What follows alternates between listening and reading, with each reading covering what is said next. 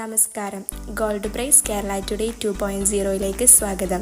സ്വർണ്ണവിലയും സ്വർണ്ണ വിപണിയിലെ വാർത്തകളും അറിയാൻ ചാനൽ സബ്സ്ക്രൈബ് ചെയ്യാനും വീഡിയോക്ക് ഒരു ലൈക്ക് തരാനും മറക്കരുത്. കേരളത്തിൽ കഴിഞ്ഞ കുറച്ച് ദിവസങ്ങളായി സ്വർണ്ണവില കുറഞ്ഞു വരികയാണ്. സർവകാല റെക്കോർഡിലെത്തിയ ശേഷമാണ് വില കുറയുന്നത്.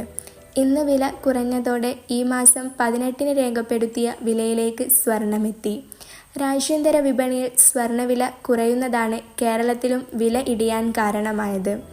4 ദിവസം മുമ്പ് രാജ്യാന്തര വിപണിയിൽ സ്വർണ്ണവില $3,430 എത്തിയിരുന്നു. ഇന്ന് $3,336 ഇത്രയും കുറഞ്ഞതിനാലാണ് കേരളത്തിലും വില താഴ്ന്നു വരുന്നത്.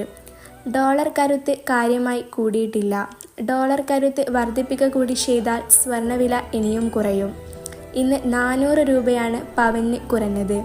ഇതോടെ കഴിഞ്ഞ 3 ദിവസമായി വിലയിൽ 1800 രൂപയുടെ കുറവാണ് ഉണ്ടായത് എന്നും ശ്രദ്ധേയമാണ്. ജൂലൈ 23-നാണ് സ്വർണ്ണവില 75,000 കടന്ന് സർവകാല റെക്കോർഡിലെത്തിയിരുന്നത്.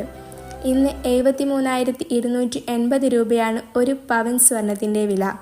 9,160 രൂപയാണ് 1 ഗ്രാമിന് ഇന്ന് നൽകേണ്ടത്. Thanks for watching gold price Kerala today 2.0.